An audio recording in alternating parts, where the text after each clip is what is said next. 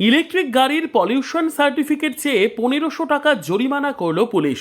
Video viral হতেই চাপে পড়ে গেল প্রশাসন।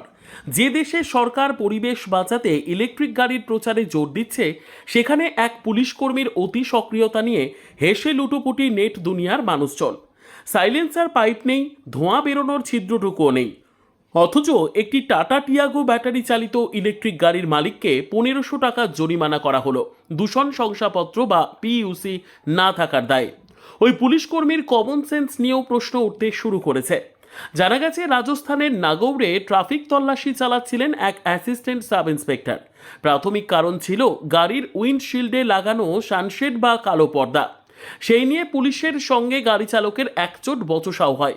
সানশেড ব্যবহারের অপরাধে ২০০ টাকা জরিমানা করা পর্যন্ত ঠিকই ছিল, কিন্তু গোল বাঁধল তারপরেই। ওই পুলিশ অফিসার জেদ ধরেন গাড়ির দূষণ সার্টিফিকেট দেখাতে হবে। জেনে রাখা দরকার, ট্রাফিক আইন অনুযায়ী ব্যাটারি চালিত যানবাহনের জন্য কোনো পিইউসি সার্টিফিকেট বা দূষণ শংসাপত্র প্রয়োজন হয় না। অথচ ক্ষমতার দম্ভে ওই অফিসার আইনের ন্যূনতম জ্ঞানকেও বিসর্জন দিলেন।